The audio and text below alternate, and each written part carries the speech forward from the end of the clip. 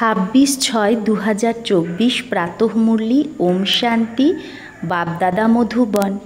বাবা বলেছে, মিঠে বাচ্চে, সদা এই নেশাতেই থাকো যে আমাদের ভাগ্য পদ্মা পদম ভাগ্য, যে পতিত পাবন বাবার আমরা বাচ্চা হয়েছি, তার থেকে আমরা বেহদ সুখের বর্ষা পাচ্ছি। তো সদা আমাদের এই নেশাতেই থাকা উচিত যে আমাদের পদ্মা পদম ভাগ্য। প্রশ্ন, তোমাদের বাচ্চাদের কোনো ধর্মের প্রতি ঘৃণা বা নফরত হওয়া উচিত না, কেন? উত্তর, কারণ তোমরা বীজ আর ঝাড়কে জানো। তোমরা জানো এটা হলো মনুষ্য সৃষ্টিরূপী বেহদের ঝাড়। এখানে প্রত্যেকের নিজের নিজের পার্ট আছে। নাটকে কখনো অ্যাক্টর একে অপরকে ঘৃণা করে না। তোমরা জানো আমরা এই নাটকে হিরো হিরোইনের পার্ট বাজাই। আমরা যে সুখ দেখি সেটা আর কেউ দেখতে পারে না, কারণ আমরা সত্যযুগে যে সুখ দেখেছি সেটা তো আর কেউ দেখতে পারে না। তোমরা অথা খুশি আছো এখন, কারণ সারা বিশ্বের ওপর রাজ্য তোমরাই করবে। তো আমাদের এই অথা খুশি আছে যে সারা বিশ্বে রাজ্য করব একমাত্র আমরাই। ওম শান্তি। ওম শান্তি বললেই বাচ্চারা যে নলেজ পেয়েছে সেই নলেজ সারাটাই, পুরো নলেজটাই বুদ্ধিতে চলে আসে।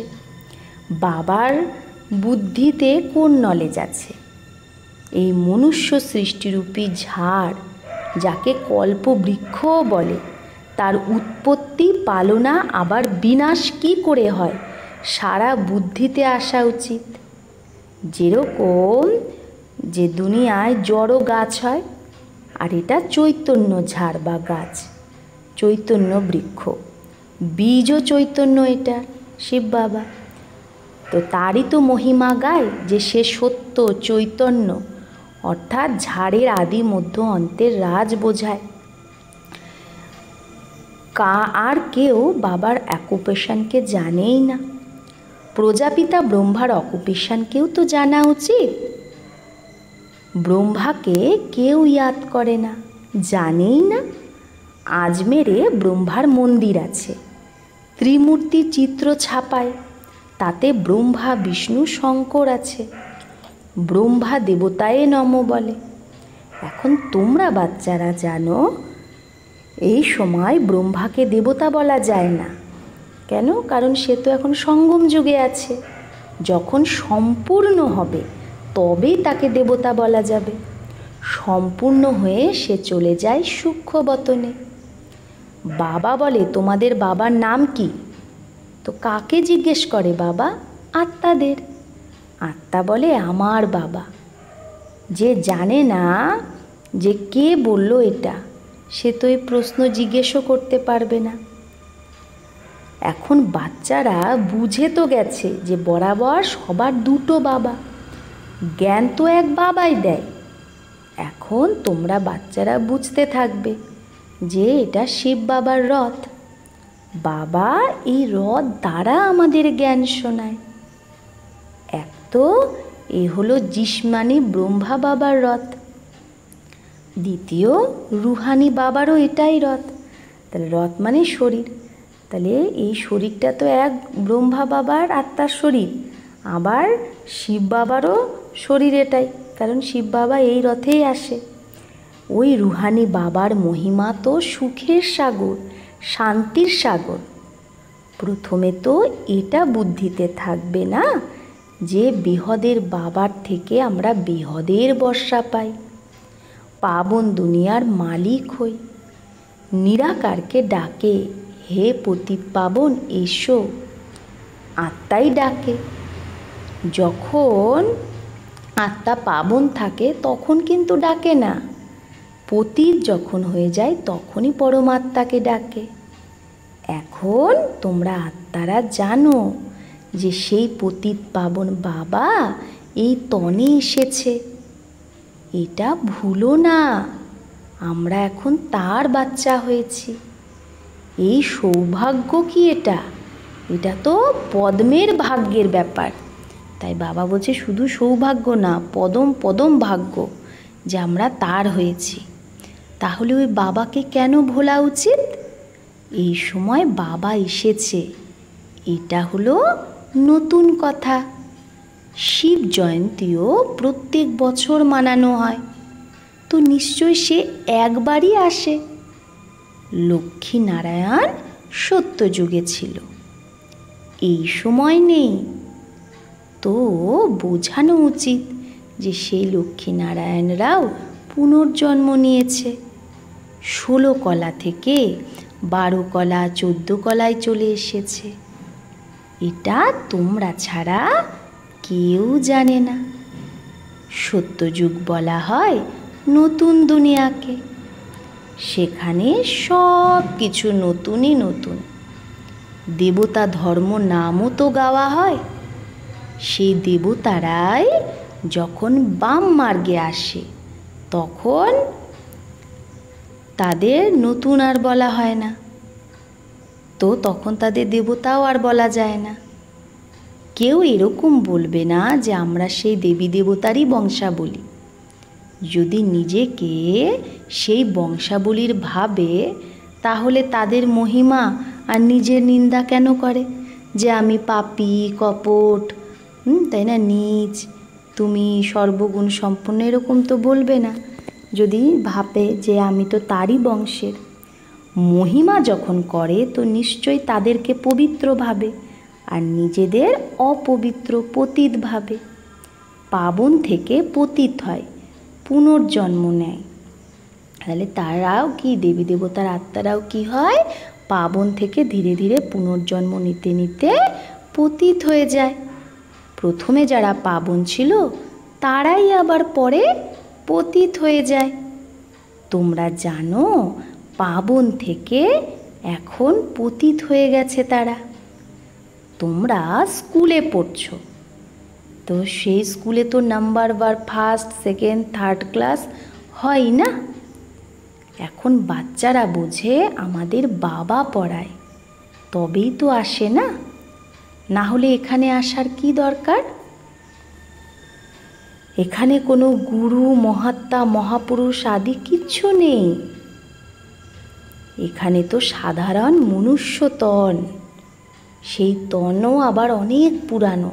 সেই তনেই বাবা অনেক জন্মের অন্তে প্রবেশ করে। আর তো কেউ कोई उनकी महिमा नहीं। তাই বাবা বলছে ব্রহ্মার তো আর কোনো মহিমা নেই, আমি শুধু এর তনে প্রবেশ করি তবেই এর নাম হয়, না হলে প্রজাপিতা ব্রহ্মা কোথা থেকে এলো? মানুষ কনফিউজড তো হয় না। বাবা তোমাদের বোঝায় তবেই তো তোমরা অন্যকে বোঝাও। ব্রহ্মার বাবাকে, ব্রহ্মা বিষ্ণু শঙ্কর, তাদের রচয়িতা এই শিব বাবা। বুদ্ধি উপরে চলে যায়। পরম পিতা পরমাত্মা যে পরম ধামে থাকে তারই রচনা এই ব্রহ্মা বিষ্ণু শঙ্কর। তো ব্রহ্মা বিষ্ণু শঙ্করের আলাদা আলাদা অকুপেশন। কেউ আপোষে 3-4 জন হয় তো সবার অকুপেশন নিজের নিজের হয় না, পার্ট প্রত্যেকের আলাদা আলাদা। তো এত কোটি আত্মা, একজনের পার্ট আর একজনের সাথে মেলে না। এই ওয়ান্ডারফুল কথাগুলো বোঝানো হয়। কত ঢের মানুষ, এখন চক্র পুরো হয় না, অন্ত এখন সবাই ফেরত যাবে, আবার চক্র রিপিট হবে। বাবা এইসব কথা ভিন্ন ভিন্নভাবে বোঝাতে থাকে, নতুন কথা না। বলে কল্প আগেও আমি বুঝিয়েছিলাম। খুব লাভলি বাবা। এই রকম বাবাকে তো খুব ভালোবেসে ইয়াদ করা উচিত। তোমরাও বাবার লাভলি বাচ্চা না, বাবাকে ইয়াদ করে থাকো। প্রথমে সবাই একজনেরই পূজা করত, ভেদভাবের ব্যাপারই ছিল না। এখন তো কত ভেদভাব, কেউ রামের ভক্ত তো কেউ কৃষ্ণের ভক্ত। রামের ভক্ত ধূপ জাগায় তো কৃষ্ণের ভক্ত নাক বন্ধ করে নেয়। এইরকমও কিছু কথা শাস্ত্রে আছে। ও বলে আমার ভগবান বড়, এ বলে আমার ভগবান বড়, দুটো ভগবান ভেবে নেয়। তো রং হওয়ার কারণে সবাই আনরাইটিয়াস কাজই করে, ভুল কাজই করে। বাবা বোঝায় বাচ্চা, ভক্তি তো ভক্তি, আর জ্ঞান জ্ঞান। ভক্তি ভক্তিই হয়, আর জ্ঞান জ্ঞান। জ্ঞানের সাগর এক বাবাই, বাকি তারা সব ভক্তির সাগর। জ্ঞানের দ্বারা সদ্গতি হয়। এখন তোমরা বাচ্চারা জ্ঞানবান হয়েছ। বাবা তোমাদের নিজের আর সারা চক্রেরও পরিচয় দেয়, যেটা আর কেউ দিতে পারে না। তাই বাবা বলে তোমরা বাচ্চারা হলে স্বদর্শন চক্রধারী। পরমপিতা পরমাত্মা তো একজনই, বাকি সব বাচ্চাই বাচ্চা। পরম পিতা কেউ নিজেদের বলতে পারবে না। যে ভালো সমাজদার মানুষ ভাবে এটা কত বড় ড্রামা, তাতে সব একটার অবিনাশী পার্ট বাজায়। ওই ছোট নাটক তো বিনাশী হয়, আর এটা অনাদি অবিনাশী নাটক, কখনো বন্ধ হয় না। এত ছোট আত্মা, সে আত্মা কত বড় পার্ট পেয়েছে, শরীর নেওয়ার আর শরীর ছাড়ার আর পার্ট বাজানোর। এত পার্ট থাকে একটা আত্মার মধ্যে, শরীর নেয় আবার শরীর ছাড়ে, আবার শরীর নিয়ে পার্টও বাজায়। এই কথা কোনো শাস্ত্রে নেই। अगर इसको किसी गुरु ने सुनाया होता, তাহলে বাবা বলছে যদি একে কোনো গুরু এগুলো শোনাতো তাহলে তার তো আরও ফলোয়ার হতো। শুধু একজন ফলোয়ার কি কাজের? ফলোয়ার তো সে যে পুরো ফলো করে। তো এর ড্রেস তো গুরুর মতো না, তাহলে কে বলবে এ শিষ্য? এটা তো বাবা বসে পড়ায়, বাবাকেই ফলো করতে হবে। যেরকম বরযাত্রী হয় না, শিবেরও বরযাত্রী বলে, শিবের বারাত। বাবা বলে এ হলো আমার বারাত, তোমরা হলে সব ভক্তিয়া, আমি হলাম ভগবান, তোমরা সব সজনী। বাবা এসেছে তোমাদের সাজিয়ে সাথে করে নিয়ে যেতে, তো কত খুশি হওয়া উচিত। এখন তোমরা সৃষ্টির আদি মধ্য অন্তকে জানো। তোমরা বাবাকে ইয়াদ করতে করতে পবিত্র হয়ে যাও, তো পবিত্র রাজাই পাও। বাবা বোঝায় আমি আসি অন্তে, আমাকে ডাকেই পাবন দুনিয়া স্থাপন করতে আর পতিত দুনিয়ার বিনাশ করতে আসো। তাই বাবাকে মহাকালও বলা হয়। মহাকালেরও মন্দির হয়। কালের মন্দির তো দেখে না, শিবকে কাল বলে না, ডাকে এসে পাবন বানাও, আত্মাদেরই সে নিয়ে যায়। বেহদের বাবা কত ঢের আত্মাকে নিতে আসে। কাল কাল মহাকাল সব আত্মাদের পবিত্র গুলগুল বানিয়ে নিয়ে যায়। গুলগুল হয়ে গেলে তখন বাবা কোলে করে নিয়ে যাবে। যদি পবিত্র না হও তো সাজা খেতে হবে। পার্থক্য তো থাকে না, পাপ যদি থেকে যায় তাহলে সাজা খেতে হবে। পদও তখন এরকমই পাবে। তাই বাবা বোঝায় মিঠে বাচ্চে খুব খুব মিঠা হও। শ্রীকৃষ্ণকে সবার ভালো লাগে না, মিঠা লাগে। কত প্রেম সে শ্রীকৃষ্ণকে ডাকে, শ্রীকৃষ্ণকে ঝুলায়। ধ্যানে শ্রীকৃষ্ণকে ছোট দেখে ঝট করে কোলে উঠিয়ে ভালোবাসে। বৈকুণ্ঠে চলে যায়, সেখানে শ্রীকৃষ্ণকে চৈতন্য রূপে দেখায়। এখন তোমরা বাচ্চারা জানো সত্যিকারের বৈকুণ্ঠ আসছে, ওরা তো সাক্ষাৎকার করছে। কিন্তু বাবা বলছে এখন আমরা জানি যে সত্যিকারের শ্রীকৃষ্ণ আসছে, সত্যিকারের বৈকুণ্ঠও আসছে। আমরা ভবিষ্যতে এই হব। শ্রীকৃষ্ণের ওপর কলঙ্ক লাগায় যেগুলো, সেগুলো সব রং ভুল। তোমাদের বাচ্চাদের প্রথমে নেশা চড়া উচিত। শুরুতে খুব সাক্ষাৎকার হয়েছিল, আবার লাস্টে খুব সাক্ষাৎকার হবে। জ্ঞান কত রমণীক, কত খুশি থাকে বাচ্চারা। ভক্তিতে তো কিচ্ছু খুশি নেই। ভক্তি বালকও যারা ভক্তি করে তারা কি এটা থোড়েই জানে যে জ্ঞানী কত সুখ? তার সাথে তুলনাই করতে পারবে না। তোমাদের বাচ্চাদের প্রথমে এই নেশা চড়া উচিত। এই জ্ঞান বাবা ছাড়া কোনো ঋষিমুনি আদি দিতে পারে না। লৌকিক গুরু তো কাউকেই মুক্তি, জীবন মুক্তির রাস্তা বলতেই পারে না। তোমরা বোঝো কোনো মানুষ গুরু হতেই পারে না।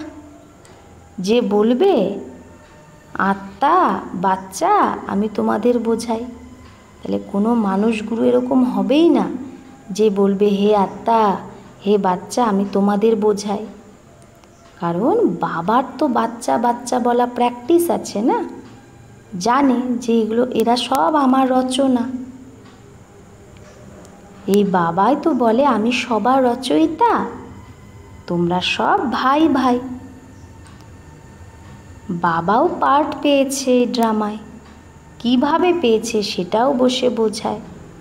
আর আমাদের আত্মাদের মধ্যেও সারা পার্ট ভরা আছে। যত মানুষ আসে 84 জন্মে, কখনো তার একই রকম ফিচার্স হয় না, অল্প অল্প করে চেঞ্জ অবশ্যই হয়। তত্ত্ব শত রজতম হয়ে থাকে। প্রত্যেক জন্মের ফিচার একটার সাথে আর একটা মেলে না, এটাও বোঝার ব্যাপার। বাবা রোজ বোঝায় মিঠে বাচ্চে বাবার প্রতি কখনো সংশয় নিয়ে এসো না মনের মধ্যে। বাবার প্রতি কখনো যেন মনের মধ্যে সংশয় না আসে। সংশয় আর নিশ্চয় দুটো অক্ষর না? বাবা মানে বাবা, এতে সংশয় হওয়ারই দরকার নেই, এতে সংশয় হতেই পারে না। বাচ্চা বলতেই পারে না এটা যে আমি বাবাকে ইয়াদ করতে পারি না। তোমরা তো ঘড়ি ঘড়ি বলো যোগ লাগে না, যোগ অক্ষর ঠিক না। তোমরা তো রাজ ঋষি, ঋষি অক্ষর পবিত্রতার।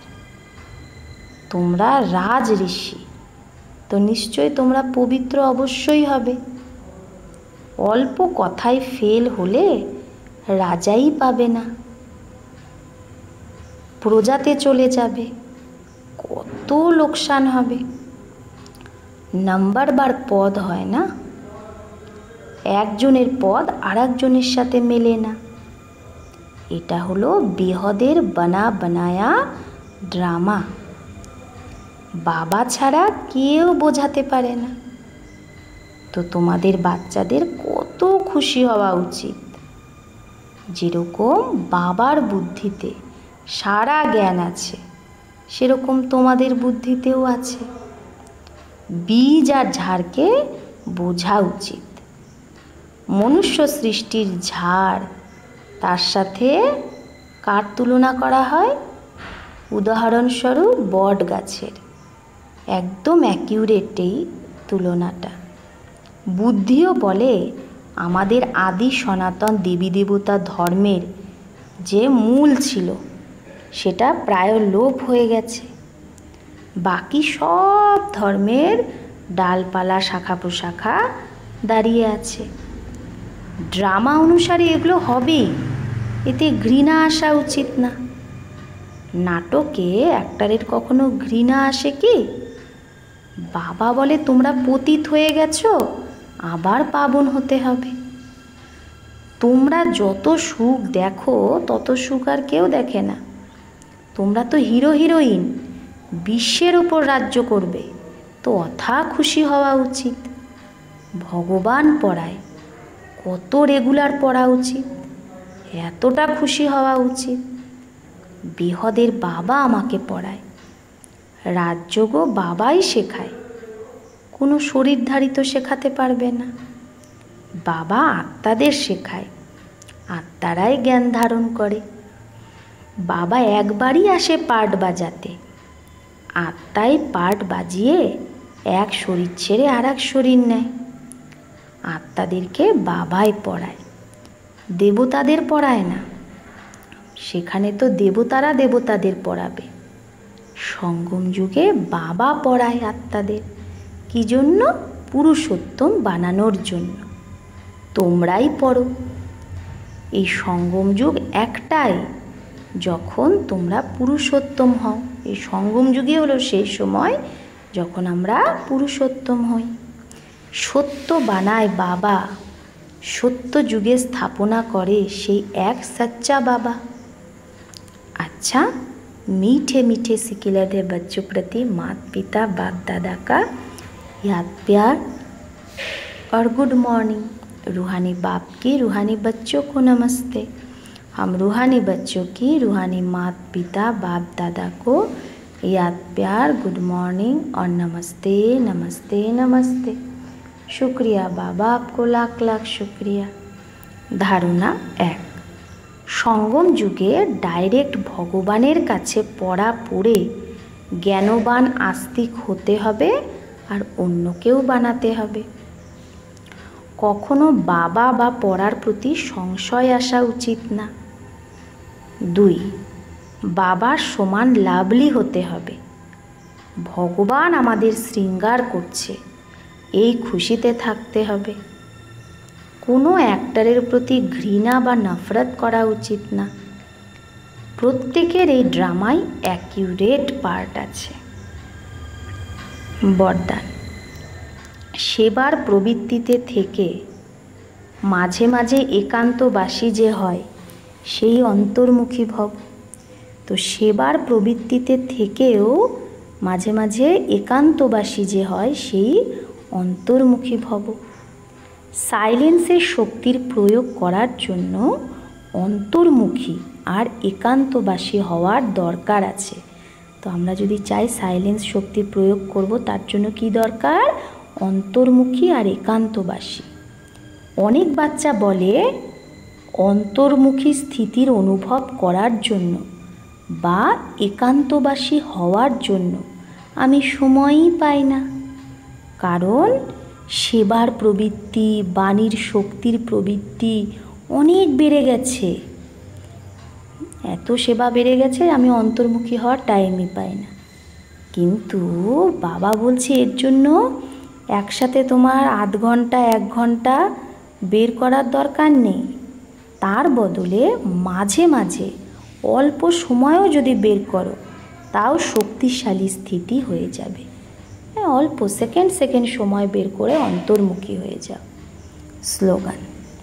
ব্রাহ্মণ জীবনে যুদ্ধ করার বদলে মজ মানাও, আনন্দ মানাও, তো মুশকিলও সহজ হয়ে যাবে। তো ব্রাহ্মণ জীবনে যুদ্ধ করার বদলে কি করতে হবে? আনন্দ মানাতে হবে। তাহলেই মুশকিলও কি হয়ে যাবে? সহজ হয়ে যাবে। আচ্ছা, ওম শান্তি।